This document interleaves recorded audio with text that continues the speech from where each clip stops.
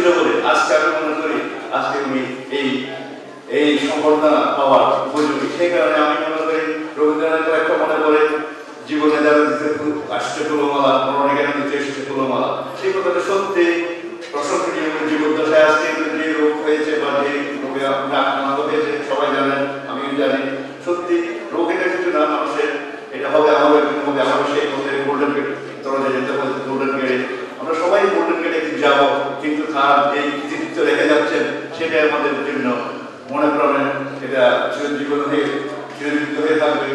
ওনার এই সম্বর্ধনা অনুষ্ঠানে আমি যে আজকে এখানে বক্তৃতা দেওয়ার জন্য শুধু ওনাকে দেখার জন্য এসেছি, সেটাই আমার অতি মানে খুবই প্রশংসনীয়। আমি নিজেই প্রশংসনীয় মনে হচ্ছে এই কারণে, এবং এই যে মানুষগুলো ওনার সাথে যে আজকে দেখা করার জন্য আসছে সবাই হৃদয় থেকে আসছে।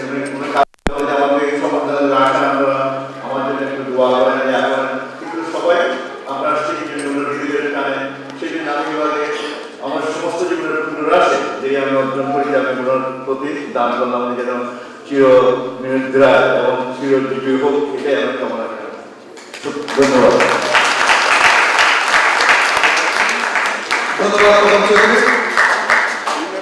I would like to request Mr. Mohammad Fazlur Rahman, Chief Editor, Weekly Tikana, one of the largest circulation in Bengali community newspaper in New York.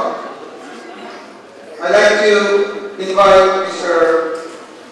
Mohammad Fazlur Rahman, Editor Tikana, সাপ্তাহিক